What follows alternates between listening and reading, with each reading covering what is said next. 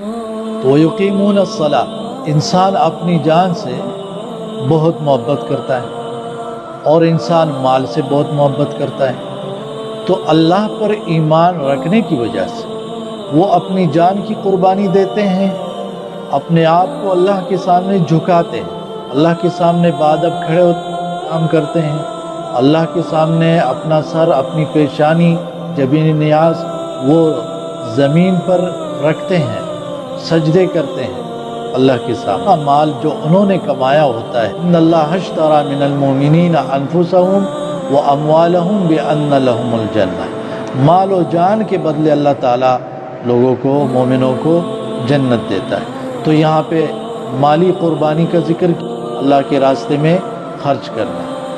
وَيُقِيمُونَ الصَّلَاةَ، اور نماز کی پابندی کرتے ہیں۔ تو یہ نہیں کہا کہ یصلون صرف نماز پڑھتے ہیں، یقیمون نماز قائم کرتے ہیں۔ اب نماز کا قائم رکھنا اپنے اس ایمان کے دعوے کو ثابت کرتے ہیں مال و جان کی قربانی دے کر۔ اور جسمانی عبادات میں سب سے افضل وہ یہ ہے کہ آپ نماز پڑھیں، اور نماز کے اندر کیا ہے، سارا کا سارا اللہ کے سامنے تسلیم ہونا ہے۔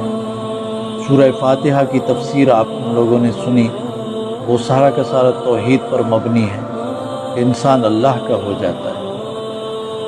تو نماز ہے، اور پھر مالی عبادات میں یہ ہے کہ اللہ تعالیٰ نے آپ کو مال دیا ہے تو اللہ کے راستے میں خرچ کیا کرو۔